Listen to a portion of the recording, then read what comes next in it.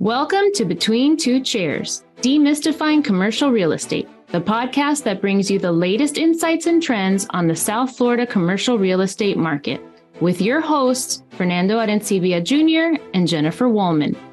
In each episode, we dive into the world of commercial real estate and break down complex concepts to make them accessible for everyone.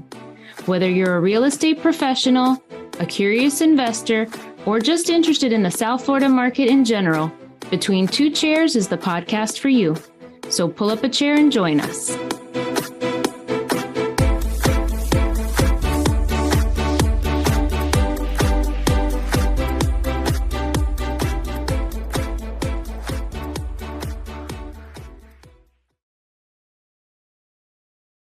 Welcome, everybody, to another episode of Between Two Chairs. My name is Fernando Arencibia Jr., and with me, as always, is the roll with the punches, Jennifer Woolman. Jennifer, out. Say hi. Hi, everybody. We had little technical difficulties today, which was the first in our 150 episodes. Exactly. And it only makes it that much stressful just because, as you're about to hear, we have a very, very special guest. So, Jennifer, why don't you do the honors and introduce our friend here? Sure. As you might recall, our theme for February's episodes is the power of people in place, and we focus on the social aspect of real estate. And today we have the pleasure of being joined by South Miami Mayor Javier Fernandez, who is also an attorney and a good friend to us as a former House of Representative in the Florida legislature. So welcome, Mayor Fernandez. We really appreciate your being here and your patience with our technical glitch this morning. Well, pleasure to be with you both. Always enjoy your company and happy to break new ground with you. Hopefully we'll set some other positive marks today other than your Wi-Fi crash. Yes, Absolutely. Well, and I do want to thank you so much for your government service, because I know it's difficult. You can never please 100% of the people 100% of the time. And we're in crazy times in general, just in terms of the amount of information that's out there and how fast information, whether true or not, spreads. So I really appreciate all you're doing, what you did at the House of Representatives and now as mayor of one of the most booming cities, I think, in South Florida, which for us is very exciting. We have an office there, and I live nearby in Pinecrest, and I love to go to all of the shops in South Miami. So why don't you give us, before we get started, a little background on you, where you grew up, your family, etc., and give us a little peek into Mayor Fernandez. Sure. Thank you. Well, first, it's an honor to serve, and it's an incredibly fun hobby. So luckily, I'm blessed to have the support of my family to do it, and can't do it with my wife and her incredible patience, Anna Maria. So thank you. She's watching. And to my kids as well, who allow me to share myself with folks outside our family. So grateful for that support, and obviously grateful to the two of you for your long friendship. South Miami, and me personally, I have the honor of serving as the mayor of a town that's going through a period of dynamic growth and change, and we're excited about that. For me, I'm a native Miamian, born here, son of two Cuban exiles. My mom was a public school teacher for 42 years. Dad was a line worker for Bell South while he put himself through college and law school.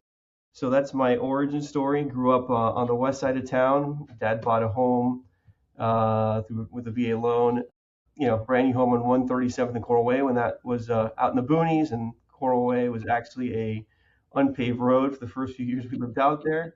So we lived on the edge of civilization for a good while, and now it seems like it's the center of the universe. So that neighborhood has changed quite a bit as well. Educated here locally, was able to go away to college and then come back for a period and work, and took a long break between college and law school, working in affordable housing advocacy and development principally, and then for a local mayor here, the mayor of Miami at the time, Manny Diaz. So that's kind of my background. It's always been something focused on housing advocacy, the law, or local government. And I think it's been the perfect career arc for me to kind of take on this challenge in South Miami and kind of hopefully shepherd it through a transition. We're trying to balance the old with the need to grow and channeling that growth where it should be, which is in our town center, which we now call the SoMe district, organized around our Metro Rail station, the South Miami station, which is the organizing story of South Miami, right? We were the first depot south of downtown, founded in 1927, and now trying to build around that history as we kind of come into this new era for the city.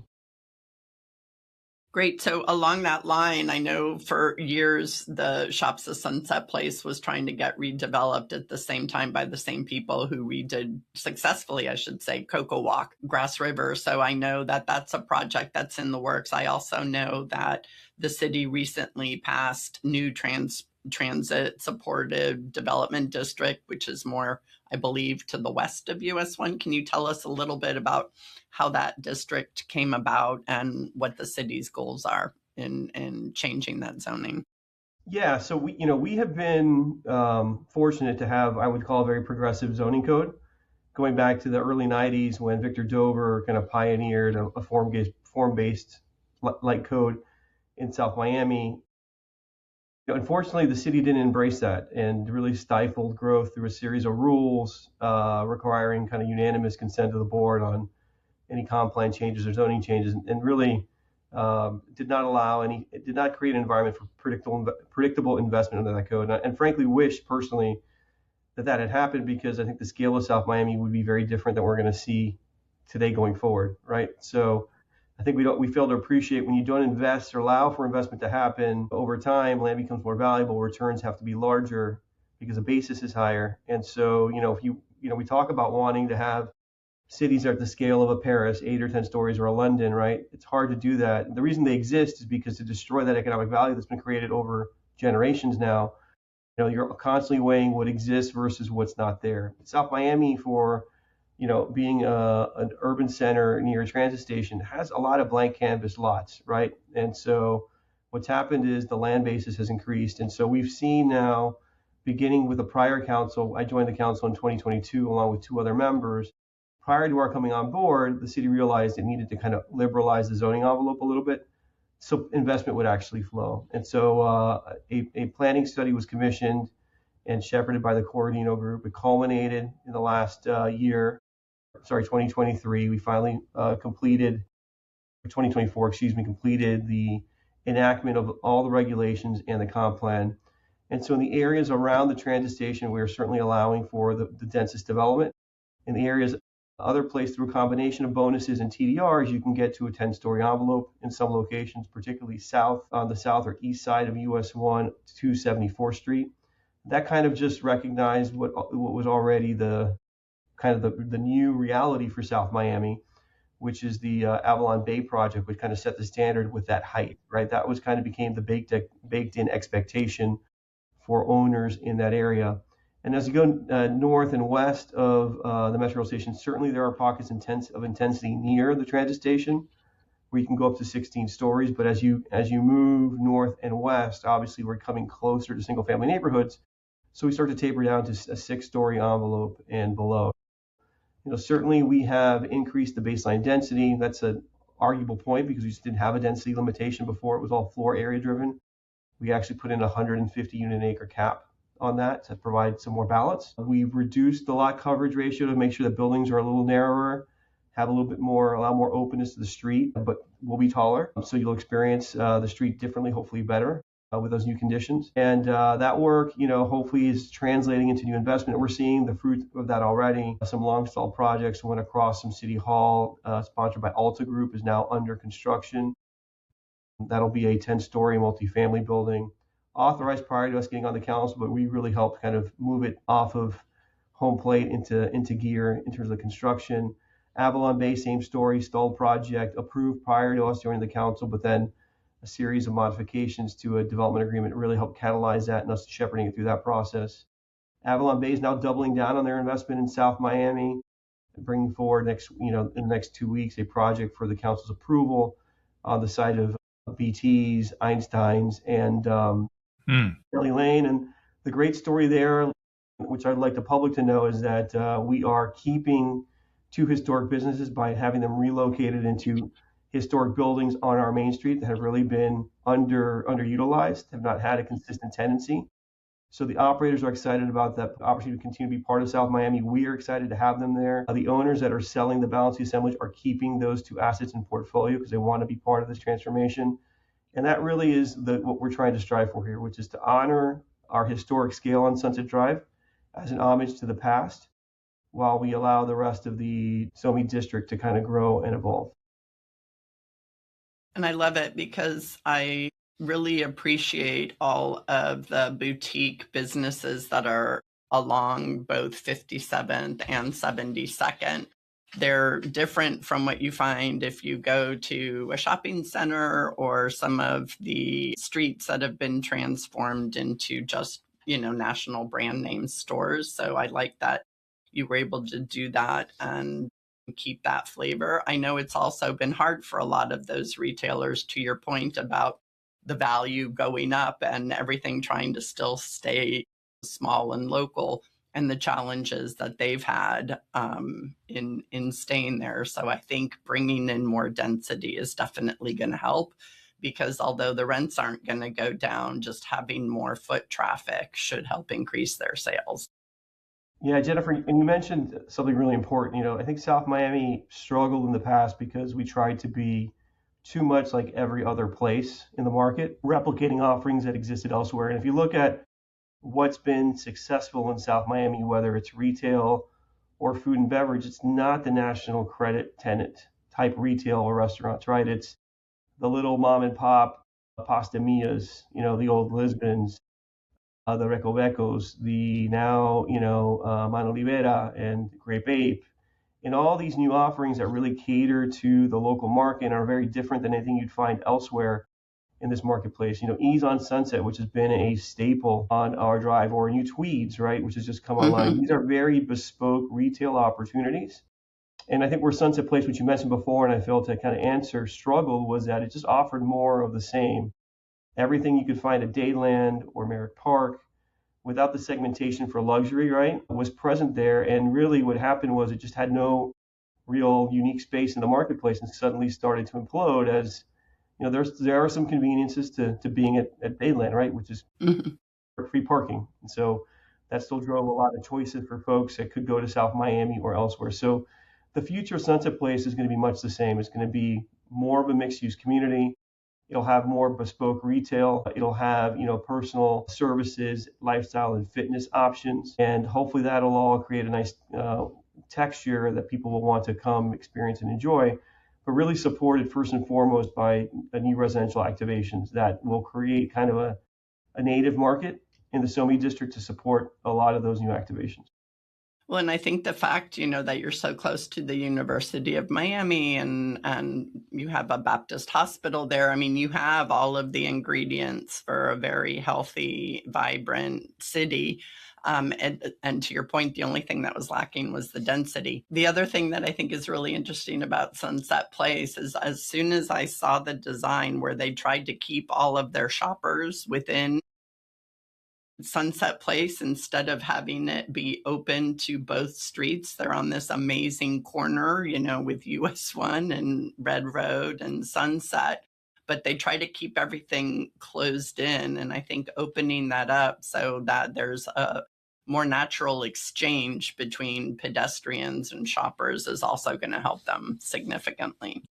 Yeah, and I think while we had a setback before with, the prior iteration of Sunset Place failing, I think long term, and it's a painful long term, and it's painful in the short term to medium term, right? Because we don't have that driver right now really helping to feed the rest of the district. But, the prior plan kind of retained a lot of the same defects that exist today. And that's because while we love our AMC movie theater that draws, more than 1.25 million people a year to South Miami, and I mean, as far as Homestead and Miami Gardens, if you look at our retail catchment studies, right, that's why the South Miami name brand is so strong. It's because the movie theater is a driver, and we want to keep them there. The format right now is so large that it's required this kind of interior facing arrangement. So the southern half of the property is really dominated by the organization of that movie use. And so I think the new developer's relocation plan to keep the theater will now liberalize the ability to have architecture, as you were talking about, Jennifer, that really relates to 57th Avenue,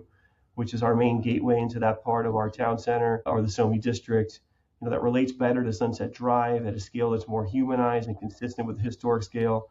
So that's the opportunity that we have now. That's what the new regulating plan for that district that we've created kind of speaks to as well. And, that's the opportunity that we hope we'll get to all realize here in the very near future. I love that. I have a soft spot in Miami. Bougainvilleas was my first my first F&B lease, and I love seeing that it's still going strong. Some almost 30 years later. I think it's picked up a whole new vibe now. It's become the hotspot for UM students again. So they're like on Wednesdays and Thursday nights, which we hadn't seen in a long time. They're like a great rock band that it's almost like it's discovering a new audience, right? And it's really interesting to see that vibe as you're interacting with that space. It's phenomenal. And I think you were alluding to this idea of the character of a city like South Miami. And I'm wondering, it feels like there is a shift in the mindset to be a part of responsible growth rather than just kind of, stopping being inclusive of that conversation. And so I'm wondering, where did that shift come from? Has it been, sometimes there are things that happen in life that are, negative on the outset, but kind of are the impediment, or it becomes the thing that triggers the action that is going to lead to a better future. And I think that's what you were kind of alluding to in regards to Sunset Place. So I'm wondering, this shift, is that coming from the people that live in South Miami? Is it a shift from just the, you guys in governance? Give me a little bit of a sense of that. Yeah, so I'll tell you a story from the campaign trail, probably the best way to kind of highlight the issue. So, I'm in the world of development and in an odd set of circumstances, the gentleman who bought this property, Alex Padilla, through Midtown Equities, I put him in the category of a frenemy, right? We represented DDR, the mall owners at Midtown, when he bought all the residential pads. And we went to war for a couple of years over a project there. But through that interaction, developed a friendship and respect, first and foremost. And so when I was approached about running by a couple incumbent commissioners, I went and learned that he'd acquired the mall. I had a conversation with him about what he intended to do and whether he was really committed to doing something spectacular here. And I think he's honored what he represented to me thus far. But when I went to the street, because even though you have the potential for a good public-private partnership there where the government can work to be a facilitator and really get out of the way, first and foremost, of something positive, which was not the case before, you still need to have some level of public acceptance. And, I was knocking on the home of a resident who lives near All America Park. It's a beautiful park that we have just north of US 1 in South Miami. And as I was talking to her about Sunset Place, she was very adamant against that prior height proposal, which was, I think, 16 to 20 stories. And I had begun, before I ran, testing with some polling what there might be by way of acceptance in terms of maximum heights. And to me, in my polling, 25 stories, which was the historical reference point when the Bakery Center was permitted, had 65% support. So there seemed to be some openness to it. Now, when you got to 35 stories, it dropped about 25 points. So that was the range, I thought, of public acceptance. But she validated that at the door when she said to me, I hated that height, but, look at what's happening at Coconut Grove, and we missed the boat. And at this point, I'm open to almost anything as long as we get something good and something positive we can enjoy as an amenity in South Miami. So I think our challenge as a commission has been to balance that, right? Allow for growth where it's appropriate. And it's only appropriate in South Miami around our transit station, right? This SoMe district is our growth corridor exclusively. And we have, even though we've gotten some very, very well-designed projects, one recently on Manor Lane and 80th Street near US 1, those projects that encroach on neighborhoods are the tinderboxes that can light the fire for a revolution against what we need to do in the town center. So we've been very disciplined about keeping growth away from where it's not appropriate. In the case I mentioned, we actually went to the developer and bought the lot from them so we can put it in our repertoire of green space on the underline. And that was done both because we need the green space, because we are under-resourced there, but also because we could see that if we made a decision that could have galvanized 250 residents because they felt they were being imposed upon, right? What does it do to the momentum we're creating where it's more important around this town center? So we're trying to very, very, very directly balance our long-term economic and growth needs, which requires growth in this town center, against what our resident quality of life needs. And the way we kind of struck the balance is we're going to protect single-family residences or neighborhoods at all costs, right, including with interventions like the one I mentioned, while we support development and growth where it's appropriate, and that's near our transit station. You mentioned that you're under green space, and I find that interesting because South Miami does have, there's several parks that I can think of within the South Miami area. So how are you guys doing anything to incorporate green space into some of these developments? I know with the recently approved SoMe Walk, you have a public plaza. Is that part of the green spacing or not? Not really. How are you? Yeah, look, I'm excited about SoMe Walk because the use it's replacing is just one of the worst uses that we have in the city right now, which is the 8 hotel that generates more than 210 police calls a year. Just a lot of bad things happening on the property. So I'm grateful to Henry Pino and his investment team to bring that forward. I don't think that those public spaces are necessarily the standard that we want to point to as good quality urban spaces. And it became a point of our conversation recently as we discussed that project last meeting, which I ended up voting against, sadly. But what we're trying to do is, we are revisiting some decisions of the past. We had, if you're familiar with the Marshall Williamson neighborhood and the old public housing site, that site has been intensified substantially. We had a publicly owned asset there nearby that we were intending to develop under an old CRA plan for townhome development, for sale townhome product for low-income buyers. We were, at the neighborhood's request, re-examine that issue, and we're going to keep it in our green space inventory as a park, so we redesignated it as such. We're trying to acquire the legacy homestead for Marshall Williamson as well. That's an ongoing conversation right now. Actually, contracts out about that. And, where we can, we've been opportunistic in buying resources, but the truth is that land values in South Miami have skyrocketed. And so acquisitions for us are very, very difficult, both in terms of timing, terms, and price. And so what we're looking at is partnerships with our public partners, specifically the Miami-Dade County School Board, about improving their recreational footprints. So we've got 3 parks adjacent to 4 schools. Ludlam Elementary is adjacent to Bob Welsh Park. We've got South Miami Park adjacent to David Fairchild. And then the last is Palmer Park, which is adjacent to both South Miami Middle and South Miami Cape. And the conversation we're going to bring to the school board is integrating our campuses so that we can invest in the recreational footprint of those schools, give them some enhancements that will hopefully help them with their enrollment currently, while we get the benefit of the use of that green space over a very long term. So we're talking about a 30-year lease agreement with them. We will invest through a bond program that the residents approved, probably in the tens of millions of dollars, to basically expand our parks footprints and programmatic offerings in a way that leverages public assets. So we're not outlaying dollars for acquisition, but we're really investing in those public assets to just enhance the amenities that could be offered there. That's the strategy that we're kind of developing right now, and hopefully we'll get approved here before the end of the summer.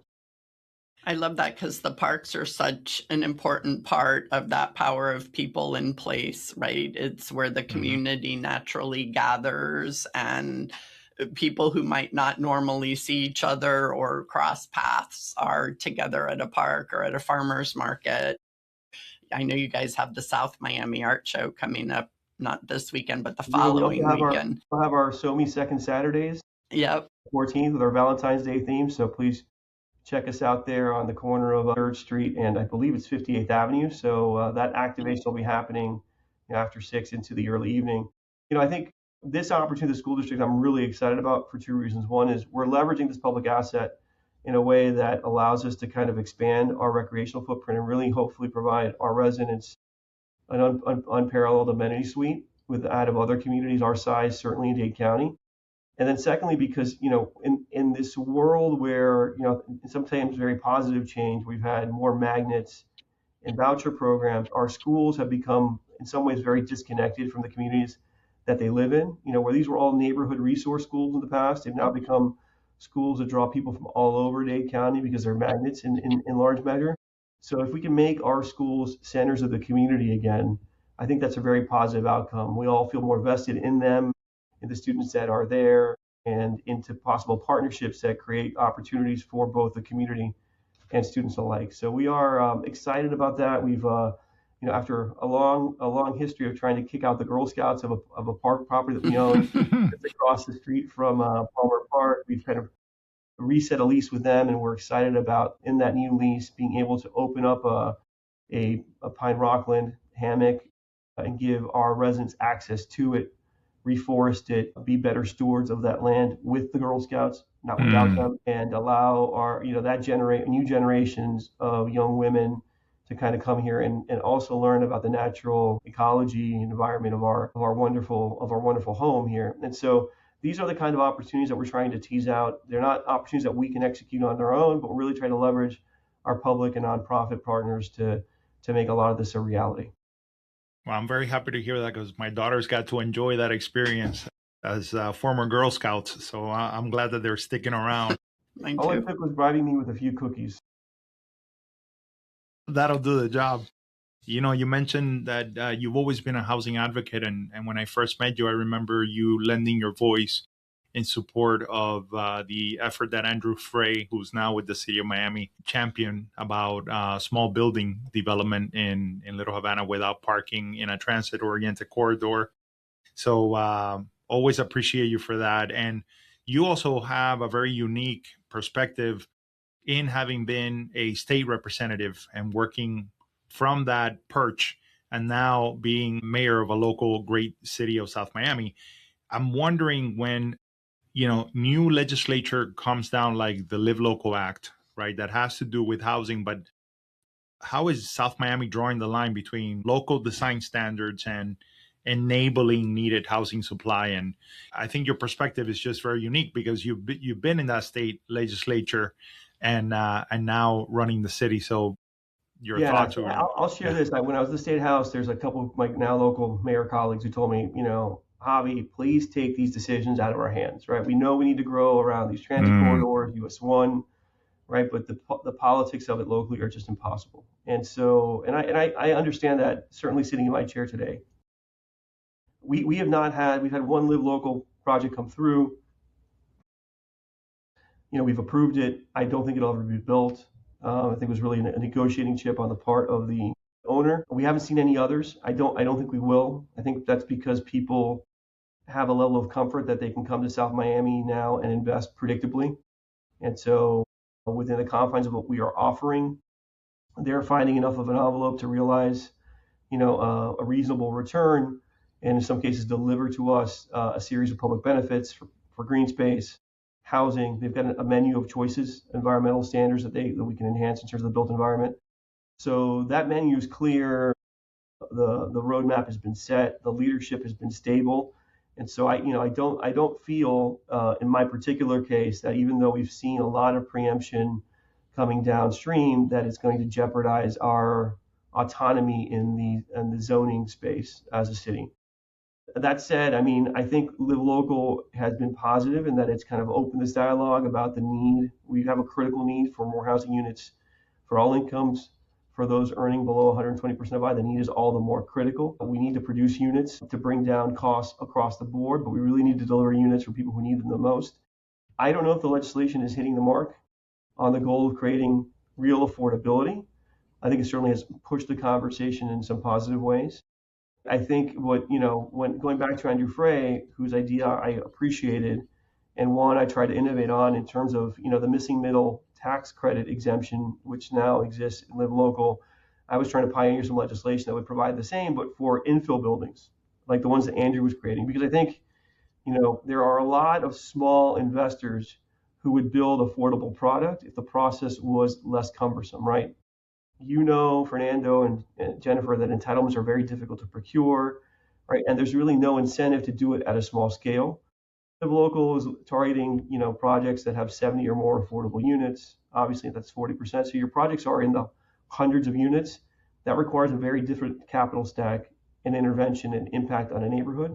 But I think there are a ton of small infill opportunities that if the legislature got a little bit more creative, they could target creative incentives, and you can get 15 and 20 units at a time in a way that's very contextually harmonious with single-family neighborhoods, adjacent small multifamily. And that's really the power of entrepreneurship that we need to unlock as a society to kind of help tackle this crisis, which it is a crisis because we're seeing our kids, this now generation of young professionals being priced out of opportunities here in South Florida, notwithstanding the tremendous economic and other opportunities that do exist here. And so that is our challenge going forward. I think, the other challenge with Live Local is that for cities that do not have a generous zoning envelope to start with, it's really hard to realize any new units in production.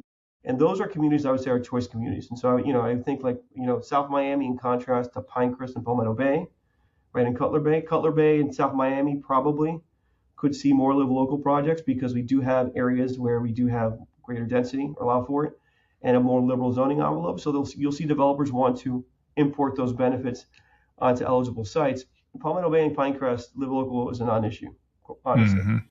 And I think as a state and as a region, right, we need to ask ourselves, is that really the outcome we want? Do we want to concentrate more units in communities that are already accepting development?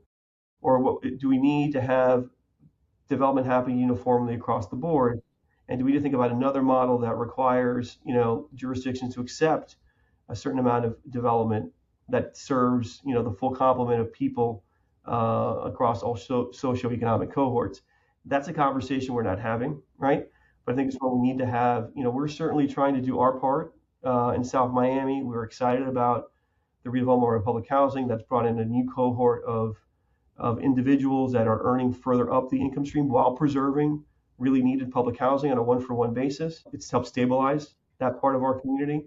So I think this development can be positive. But we do need housing in wealthier communities, whether it's Bal Harbour or Pinecrest, right, where people that live and work in those neighborhoods and households there can be closer to work, right? That's the only way we're going to deal with our regional traffic issue here in Miami-Dade, is by reducing the number of trips, by creating opportunities for people to live closer to where they work.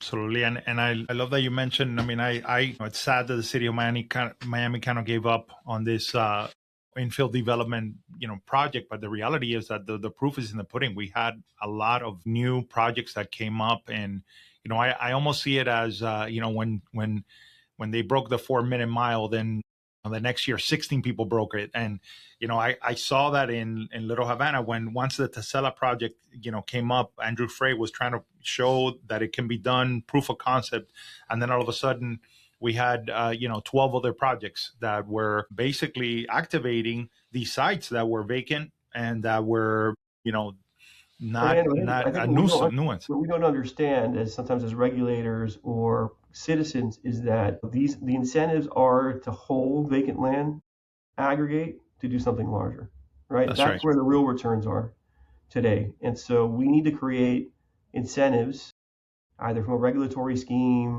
or at the state level, that basically makes infill development happen, because it's ultimately, I'd rather have a 3-story building adjacent to my single family neighborhood than the threat of a large aggregation in a 15-story tower. And we should make it easy for people to invest in small projects because, cumulatively, there are a lot more of those opportunities and you'll get to the same result, right? For sure. Without the conflict in some ways. So I hopefully it's an issue the legislature here will take up and we can help them address it should they ask us. Well, let me ask you something, Mayor Fernandez, because Jennifer and I have this conversation all the time. And I'm not going to say that this is a question that's specific to the city of South Miami, but just because you're so well-versed in these issues, why is the permitting and zoning department process such a hard nut to crack when it comes to municipalities, to streamline it, to modernize it, to create the ability to shorten those timelines and create efficiencies? Look, I mean, it just takes persistent focus. These are not easy issues. I mean, I think one of the things we're going to try and pilot here in South Miami is, more AI supported reviews initially, particularly on the, for construction drawings where you've got code standards that are very clear. On the zoning side, we can certainly we need to, and we have tried to create in South Miami a process where you can get in and out of a system within a handful of months. I mean, I do work, not all over the state, but in different parts of the state. And I will tell you that, to get a rezoning done in Brevard County with a comp plan change, which I did for a client, took 4 months. And that's what they told me it was going to take. you file on this day and you can expect to get out of this process in 4 months' time. And, for my clients, that was an epiphany, right? And so what it begets is them looking for more opportunities in that marketplace. Contrast that with the city of Miami, where you're looking at an 18-month process to ask for and maybe get permission, right? You may not even get it at the end of that process. So it limits investment, which is not the only important goal, but what it does is it limits opportunities for interventions that really can serve the community, and conversations that the government can have with the developer about project modifications, or that may meet any number of local priorities. And so I think that's a challenge, but it requires consistent focus and a commitment to doing it. And in a smaller city like mine, I think that's a little bit easier, right? We have a lot of volume for our size, but it's not volume that's terribly overwhelming. And we are struggling with some of that. How much of it do we want to staff up for this moment? We don't want to create legacy costs that we can't underwrite in the future. So we're relying a lot on third-party consultants for a lot of the larger projects, for reviews with our staff to bolster that is being paid by the developer, honestly, through a cost recovery scheme. But the city of Miami, for example, I think it needs just really concerted focus by the leadership there to really turn that situation around. It can improve. And I think there are a lot of legacy, processes, even ones that, when I was in the administration now 20 years ago, that we shepherded, like the schedule for rezonings on a twice-a-year basis, that I question really the wisdom of in retrospect, because that was intended to allow for more forward-looking planning by seeing a cohort of applications come in from a series of areas, and then have the city say, should we be looking at that area differently and reprogramming the zoning affirmatively? And that's really never happened, right? And so I would say then, what's the wisdom of keeping that rule? Let's make it easier for people to come into the process and have that one-off conversation about whether something is appropriate or not, and move on. So those are things that, nothing in life is static. Everything in life evolves, circumstances change, and processes need to respond to those changing dynamics as well. And unfortunately, some places in this town, we've been stuck in the same rut for a long time.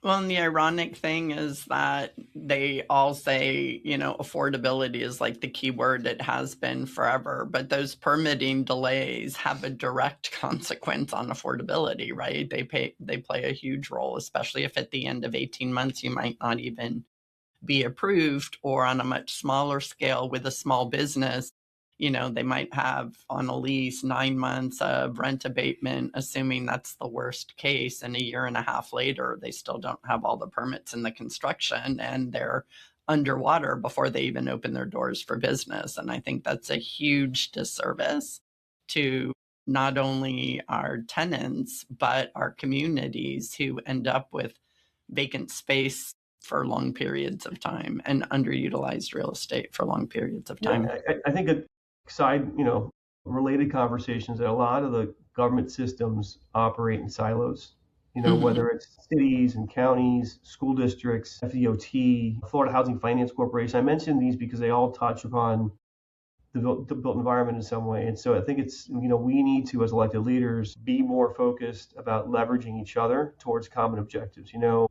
When I was a housing advocate, or even working at the city of Miami, it was incredibly frustrating that we were trying to target investment in certain neighborhoods, but we couldn't get a policy change at the state level of direct tax credit investment, right, into those same areas. So if you're trying to do a catalyst, you're creating a CRA, or you've got a Hope 6 grant, that's now outdated term, right, where you're trying to direct investment into an area, why can't the state come in and complement that investment with a directed tax credit allocation? We've got this arbitrary lottery, right? It doesn't really reward, so a lot of these systems don't dovetail with each other. Mm-hmm. Local priorities aren't reinforced in terms of regional investment by the counties and states. And so I think that's our challenge as local elected leaders. How can we kind of marshal those resources, those systems, to better serve our local needs and priorities? Right now, they're operating on their own set of priorities. They're not integrated. And that's a byproduct of the fact that we're all just further and further disconnected. Notwithstanding, we live in a world of instant communication. Our systems still are very segmented, and there's a lot of opportunities that get missed. I was talking to a reporter recently about transportation issues, and I was remarking that we can't find $1 billion to build rail in the Northeast Corridor, but we're going to rebuild the Palmetto for the third time in my lifetime, or fourth time. in my lifetime by spending over $1 billion on a segment from Northwest 25th Street down to Kendall Drive. Why doesn't FDOT and the county's transit department talk to each other, right? And we're not talking about taking money out of a transportation silo. So if you're a road builder, right, you can build the same infrastructure, right? That's the conversation I had with the Florida Transportation Builders Association when I was a member. My priorities are continued infrastructure investment. Let's just think about where we want to direct that. But your constituents for that association are still going to build it, right? And the people who are designing those roadway enhancers are going to design these rail systems as well. So no one loses in this conversation except the community when we are talking to each other about how we direct the investment in areas that generate the biggest return. And unfortunately, we're kind of an automatic pilot on a lot of these systems, and we're not questioning the outcomes. I question whether this Palmetto Expressway enhancement is really going to improve my commute substantially. Is it going to shave 30 seconds, 60 seconds, 90 seconds? At the end of the day, does that really matter to me, right? Whereas if I could get on a ride where I don't have to be at the wheel, I can get to work efficiently and still spend an hour, but spend an hour doing something else that either allows me to relax by reading a book or doing work, right? That makes me a better person or more productive. I mean, that's the conversation we should be having when we're talking about directing this kind of investment. Agreed, 100%. And I really, really appreciate your time. I know we got a late start, but I want to be respectful that we had said 1 hour. I know you're super, super busy, and we really appreciate you being here. Is there anything that you want to say that we didn't get to touch upon, or a comment you want to make? I didn't get to ask about your favorite restaurants. I have several. I know you did say Pasta Mia, which is one of mine. There's also Plateau, which is an amazing Thai restaurant. Yelp's #1 rated restaurant in Florida, so check them out. I mean, look, we've got. I mean, look, I'm really excited about what's happening in South Miami. Or on the culinary side, Tokyo Tuna just opened up. Beautiful space, great food. Please check it out. Unfortunately, George Ramos, who's a treasure, has had to shutter his restaurant in South Miami. But we are seeing. If you've not been to Mona Libera, check that out. That's a great place to go. Recoveco is a treasure as well. Great Babe, if you want a great local vibe, a great wine. Love Great Babe. Fantastic. We've got a ton of staples like Old Lisbon and Pasta Mia, and obviously Deli Lane for breakfast. There's just so many fantastic options in South Miami these days, and we are very fortunate. And we're trying to do what we can to kind of change the reputation of the city as being a place that's not really welcoming of guests. We've had a very aggressive enforcement regime on parking. We've reduced the hours substantially, and we're trying to become a place where working with our social media team at the city, we're doing all that we can to kind of promote our local businesses, get them out there through events, special activations like the one that's happening this Saturday. So please check us out. We are a small city, limited in resources. So if anybody has any ideas, wants to help us do an activation or a great idea that would bring more energy to this already fantastic place, we welcome your thoughts. And my cell phone's on the city's website, so feel free to give me a call or text. I'd love to interact with any and all of you to kind of make South Miami even better. Perfect. That's Thank phenomenal. you so much. Fernando, Jennifer, it's been a pleasure. Thank you so much for the invitation. All righty. Have a great rest of your week.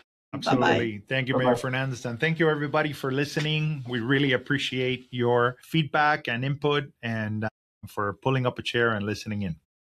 Until next time, say bye, Jennifer. Bye, Jennifer.